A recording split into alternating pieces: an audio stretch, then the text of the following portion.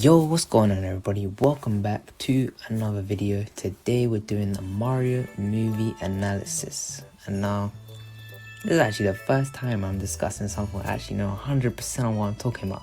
So I'm actually just doing this like straight up, like, what's the phrase?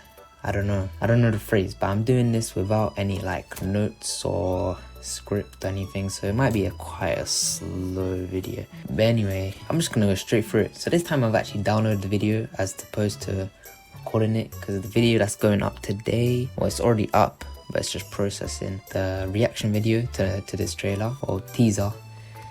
The frame rate is very bad, and that wasn't on purpose, but you know what can you actually do?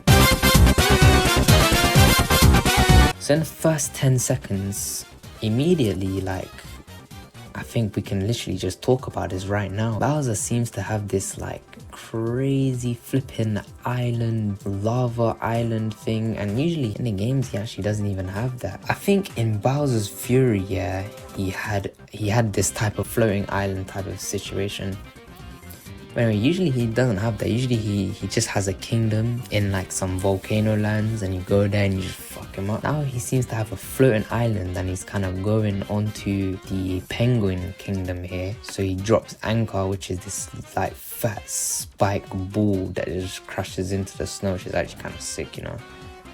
Like right now, like I'm just loving the design of everything. Like it's very interesting. Like they didn't just like, it's like you can see the inspiration from the games, but they also like went forward with it and made it their own thing. There's a greater view of Bowser's kind of thing here. So you can kind of see that there's more of a palace towards the north of the island, and then the rest of it is just flipping fire. But it's quite big, so it kind of makes you think about if any of his children will be appearing in the movie, because it does seem a lot of inhabitants could fill up that island. But anyway, here we see Kamek.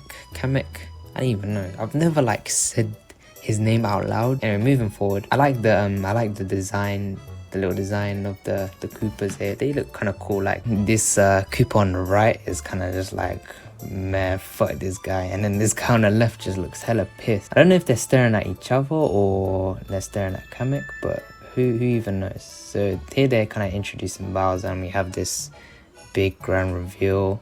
Also here, this is what I was kind of talking about in my reaction. Like there's kind of unique designs. Like this guy has an eye patch, which is really cool. This is the type of stuff you'd see in the Paper Mario games, but not really the mainline series anymore. So I'm loving that. And then here we're kind of introduced to the penguin species, right? In the games, you don't really see, actually you do see penguins in Super Mario 64. But then, now that I think about it, in the new Super Mario Bros. Series, Mario gets a penguin suit. That makes you think that he's wearing the skin of these creatures right here.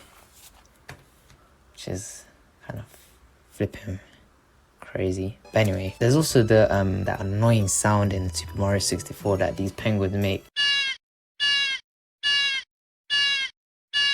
And I wonder if there'll be like a reference to it in the movie, like a kind of Easter egg. But anyway, yeah, this whole scene is great. Like it looks great. It's kind of cool. Jack Black is a nice Bowser voice.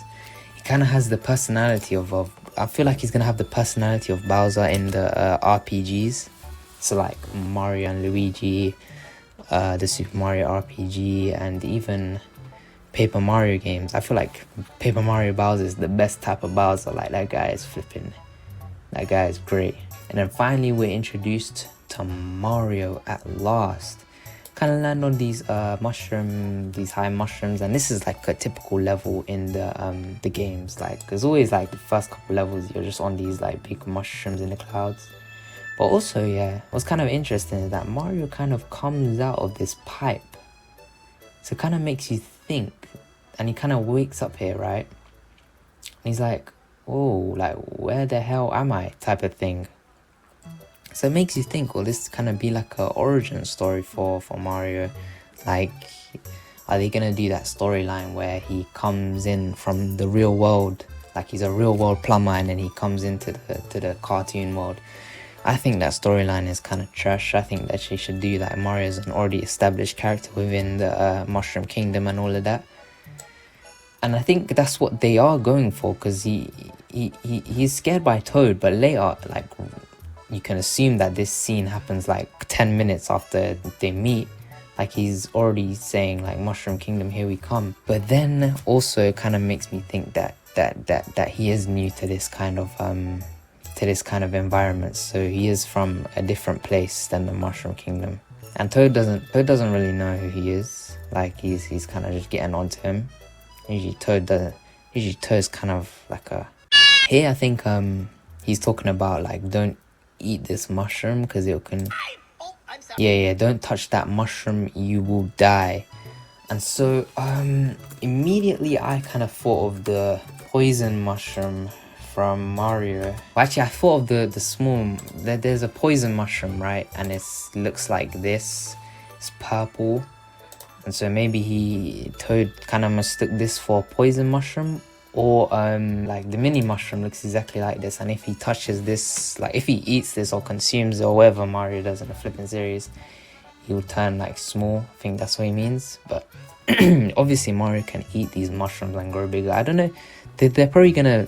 That's probably going to be an integral part of the story. It'll actually be quite interesting to see like how they deal with that. Is Mario just going to touch power-ups and then he turns into the thing, or is he going to eat it? I feel like he's going to actually eat a mushroom. I imagine like Toad's face when he eats the mushroom.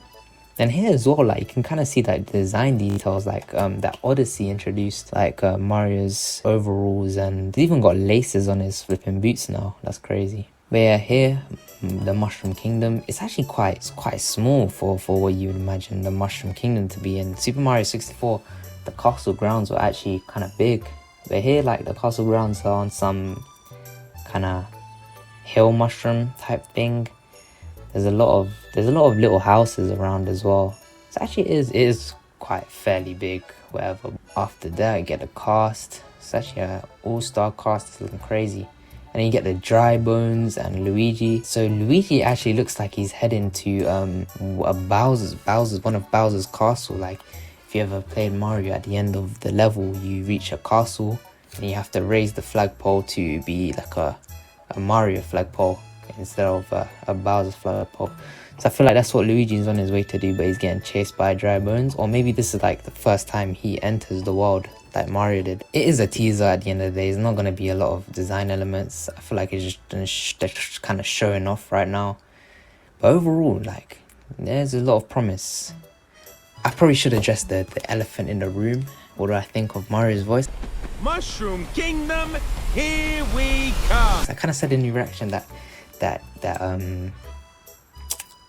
it was actually not that bad. And I still stand by that. It's actually not even that bad, because we've had Marios who don't even like sound Italian be the voice actor from Mario, like the Super Mario World cartoon. Get back, you despicable dinosaurs! You're dealing with a licensed plumber here!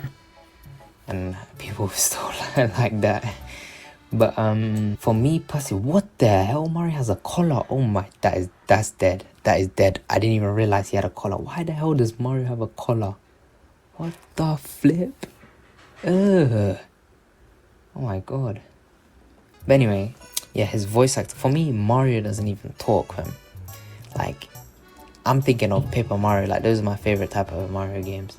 And Mario doesn't even talk in them. He's just silent. He's like a mime. He just opens his mouth and characters understand what he's saying.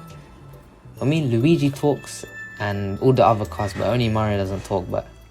Or sometimes he will just speak gibberish, like Italian gibberish. But I don't think they can do that, because it might be problematic in today's society. It's not that bad. I mean, based off this one line, I feel like Chris Pratt talking for an entire movie will get annoying. There is quite good voice direction, well, based from Jack Black, but Jack Black's had like years of voice acting experience. But so has Chris Pratt. He's done Lego movies and he wasn't even that bad in them. Yeah, apart from that, that's mainly my analysis. I'm gonna cut it short here, just in case I have anything more to say. I'll add that in. But yeah, that's it. Thank you guys for watching, and see you guys in the next one.